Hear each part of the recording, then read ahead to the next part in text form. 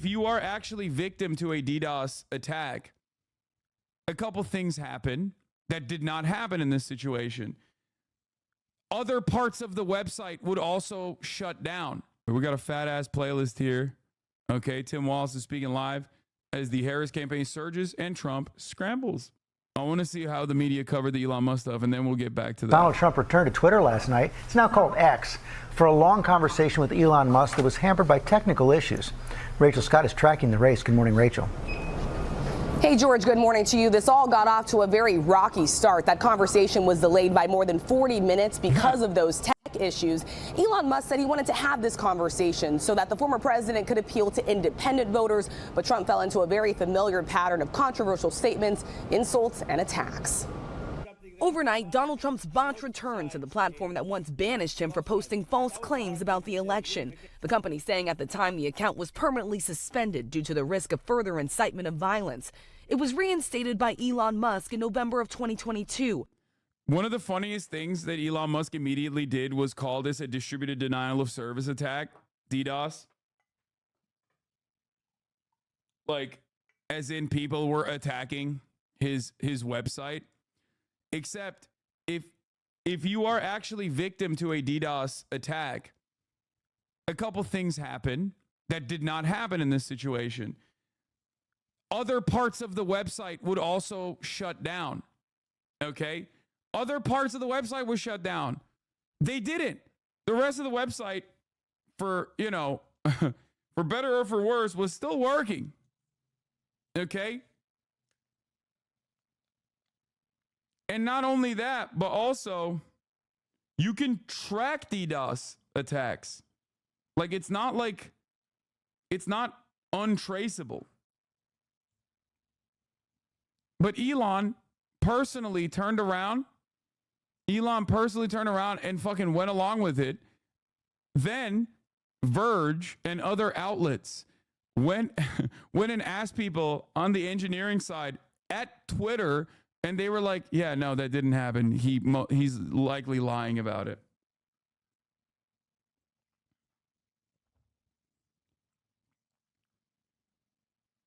It depends on, you're just making stuff up on DDoS, bro. If you actually think that this Twitter space got DDoSed, you are exactly the type of person. You are the reason why Elon Musk is like the #1 figure that crypto scammers use to dupe people, which is ironic because that's precisely what they were doing yesterday as well. There were a million different YouTube links that was supposedly the Elon Musk Trump conversation. Some of them had 187,000 live concurrent viewers. Many of them are botted. Okay. But I do find it funny and rather strange that a lot of Elon's fan base are so primed into getting duped by cryptocurrency rug pulls. I wonder what that is about. Okay. Why are you cosplaying as an IT guy? You know nothing about DDoS attacks? I'm so confused as to why people are saying that I am wrong on this, okay? I know a thing or two about it from, you know, being a Twitch streamer and having to deal with like an army of IT geeks who despise me and spend every waking moment trying to fuck with me online.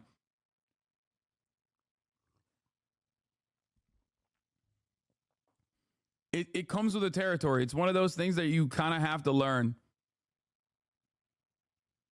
Okay?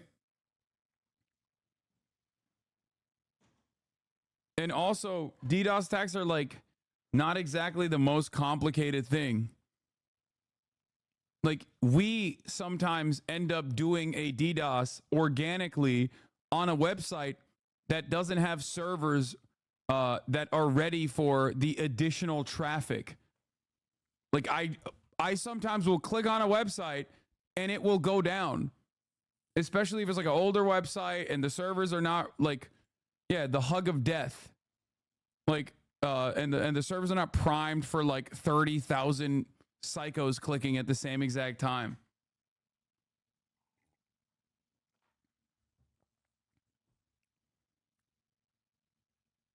Load balancers, baby. Yeah. Not only that, but I have had, lol, this is not a DDoS, it's just overloading. No, I know, but it's similar to how a distributed denial of service attack works. That's it. You're just the only difference is you're intentionally trying to overload a server and brick it. You can target a service. Whole Twitter doesn't have to go down. I think that's why they don't have to agree. They're not agreeing with it. The problem with Twitter and the problem with X spaces in general was that it just wasn't primed for it. That's it. And it's additionally ironic because he had done this already. He did this once. Well, not once, twice, but the second time it didn't matter because it didn't get that much traffic. But like he already did this with fucking Ron DeSantis. And he bricked it. And then Donald Trump shit on him for it.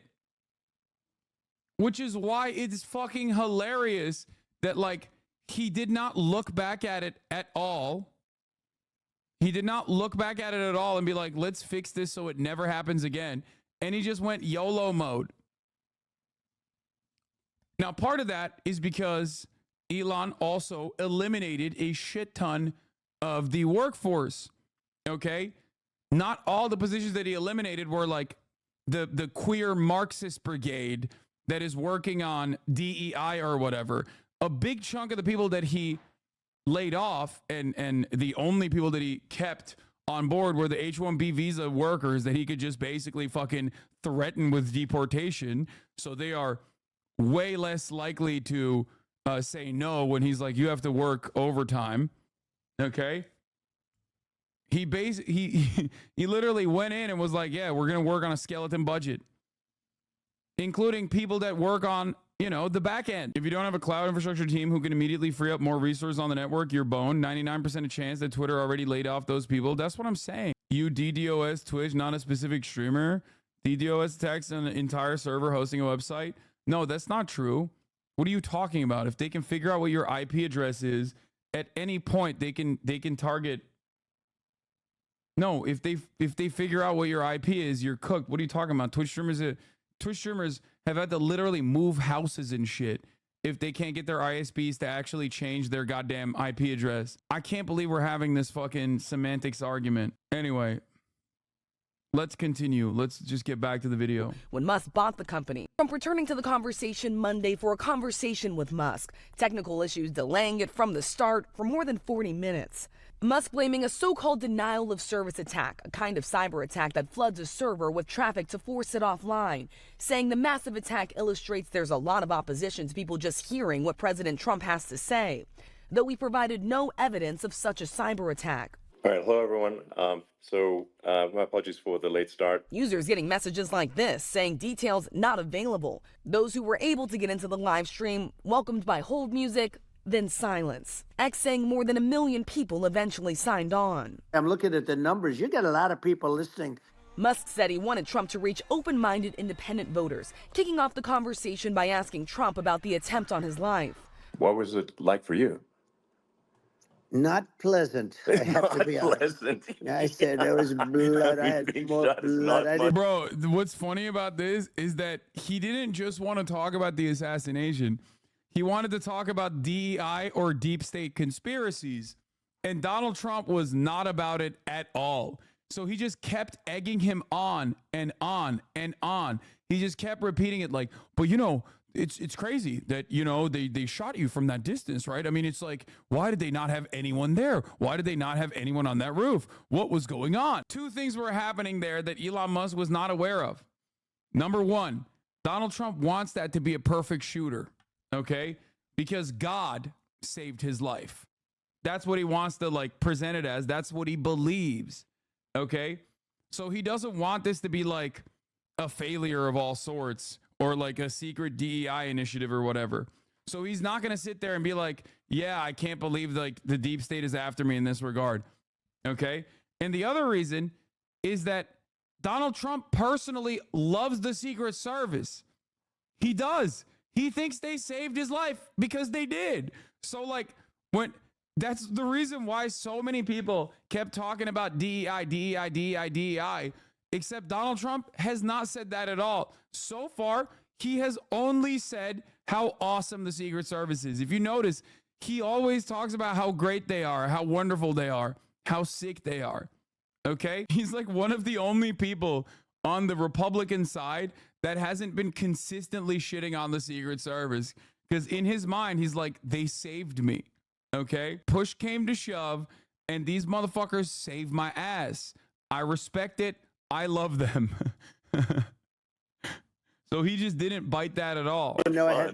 I didn't know I had that much blood. Over 2 hours, the former president drifted into bringing up false claims, insults, and controversial statements. Trump praising his relationships with authoritarian leaders, saying he got along well with North Korean leader Kim Jong-un and Russian President Vladimir Putin. And I got along with Kim Jong-un. We had dinner, we had everything, and he really liked me, and I got along with him. Trump also describing a conversation he had with Putin about invading Ukraine, claiming he told him not to invade. The former president laying out what he would do if reelected, insisting one of his first acts would be shutting down the Department of Education. That shit was kind of crazy, bro. He's like, he knew? What the fuck? He's like, yeah, Putin hit me up before invading Ukraine. And I was like, don't do it. Kind of odd. This is where I need an Elon Musk. I need somebody that has a lot of strength and courage and smarts. I want to close up Department of Education, move education back to the states, where states like Iowa, where states. Bro, this is like literally Project 2025, by the way, which is why it's like hilarious that Donald Trump's like, I don't know what Project 2025 is. It's nerd shit. And that's precisely the reason why I told you guys, okay? I told you guys time and time again that there is functionally no difference between like the Republican Party and the Heritage Foundation, because the Heritage Foundation is the think tank that writes the Republican policies, and Project 2025 is not specifically about like the upcoming Trump term, but a long-term commitment to abolishing the Department of Education, the EPA, all of these federal regulatory bodies. This is something that the Republican Party has been actively pushing towards. It's not new. It was Project 2024. It was Project 2023. It's also Project 2025. Okay. I know that a lot of people are primed towards Project 2025, and it's like a really great way to focus people's resentment and focus people's frustration towards one thing, but it's not new. It has been this has been in the works for a very long time. It's never stopped. And that is precisely the reason why Donald Trump saying, I want to abolish the Department of Education while simultaneously saying Project 2025 is ridiculous. Okay. I had a tweet on this that was a hit tweet as well. It blew my mind that, and I'm shocked that the media is not covering it, but it blew my mind that this part of the conversation started with Trump and Elon praising Sweden, Norway, and even China's education systems. Like, they literally started off by being like, Sweden, Norway, even China, their education is so much better, and then turned around and was like, and that's why we need to abolish the Department of Education and bring it back to the states.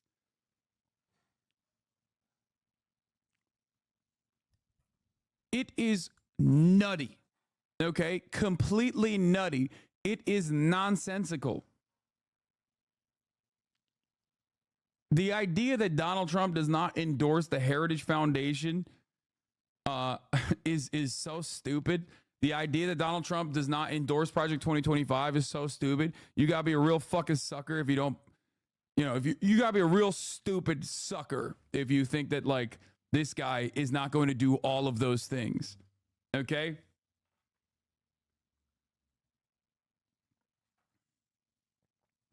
I noticed that the fake ass journalists didn't thank you for letting them listen to the interview. I know. It's messed up. You gotta have a stupid face. Stupid face, Biden. What does your mug say? My mug says, I just want to drink coffee and watch Bill Maher. Okay, that's what it says. I just want to drink coffee and watch Bill Maher. It's a meme. It's a meme mug that one of you motherfuckers sent me.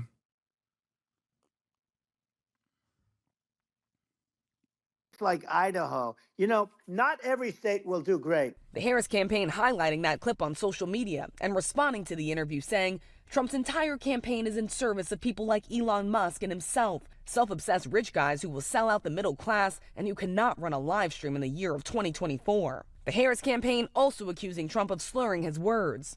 The former president brushing off dire warnings about the impact of climate change, saying rising sea levels will lead to, quote, more oceanfront property. And he promised the largest deportation in history, attacking Vice President Kamala Harris on the administration's handling of the border, calling migrants non-productive people. Trump casting Harris. That was another one that it made me lose my fucking mind. Like, it's one of those things that is just like, you say that shit immediately. I'm like, you are such a fucking freak, dude. That was another thing that really, really frustrated me. Having two billionaire fail sons talking about how the Guatemalan dude trekking for thousands of miles to come to work here for pennies on the dollar is actually unproductive. Like, that is, you are, I don't even know what to say to that. You are so delusional, dude. You are such a fucking delusional piece of shit. Like, what are you talking about, man? That, I don't even think that reads like, I don't even think most normal Americans who might even be fucking racist themselves agree with that. You know what I mean? Rich parents and connections, right? And all these people are like, rich parents and connections, rich parents and connections. Yeah, dude. Yeah, just like me. Me and Donald Trump. Me and Elon Musk. We're all in the same category.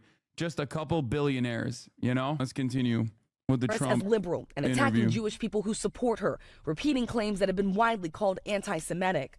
And I say, if you're a Jewish person or if you believe in Israel, if you're a person that, you know, is a very pro-Israel, if you vote for her, it's worse than Biden. And Biden was bad. But if you vote for her, you ought to have your head examined. Also at one point saying the new Time magazine cover of Harris looks like his wife. I saw a picture of her on Time magazine today. She looks like the most beautiful actress ever to live. It was a drawing. And actually, she looked very much like our great first lady, Melania. She looked. Bro, that shit was crazy. That shit was crazy. I don't know. I don't think people agreed with me on this, but like I said when he was talking about that, he came across as SD more than horny. Like, he's like, she looks so pretty, so beautiful, just like Melania. And it wasn't like a. Like, I personally think that wasn't like him being horny. That was more so him being zesty. Like, she's a pretty woman. Okay, like Queen respecting another queen. Yeah. She didn't look. Yeah. She didn't look like Camilla. That's right. But of course, she's a beautiful woman. So we'll leave it at that, right? And in a sign of just how much the former president has struggled to pivot to a new rival, Trump also. Honestly, it's just a weird thing to say. Oh, dude, 100%. Because not everyone will read it as like. Not everyone will read it in a zesty way that I did. Most people will look at it and be like, you're gross as fuck, bro. Why are you saying that about the person you're running against? Spent time attacking President Biden, even though he's no longer in the race. Don't forget, I beat Biden. I wonder if anybody tracked this, but like, honestly, Donald Trump spoke significantly more about Biden than he did about Camilla, with the exception of like calling her radical Marxist. And then at points saying she was pretty. Like, he just kind of daggered Biden the entire time. And it's like, yeah, we agree, man. Yeah, he sucks. Okay. Like, I don't know if you know this, but like, you're not running against him anymore. And it's so obvious that he just like, he's been so primed into running against. He's been so primed into running against Biden that he just like keeps forgetting that he's not running against Biden. And just keeps daggering Biden. But he's not running against Biden. So who cares what you have to say about Joe Biden, you know? He failed in the debate miserably. The Democratic National Convention is now less than a week away. The White House says that President Biden will address the convention on Monday and lay out the stakes of this election. We are also told that former Presidents Bill Clinton and Barack Obama will be speaking at the convention as well, George. And Rachel, we also heard from the FBI yesterday. They're now investigating foreign interference in both campaigns. Exactly, George. We know that the FBI has already been looking into these claims by the Trump campaign that it was hacked by Iran. And now sources tell ABC News that the FBI is also looking into attempts by Iran to target the Biden-Harris campaign. The alleged spear phishing email was sent before President Biden dropped out of the race. A Biden campaign official tells ABC News they are not aware of any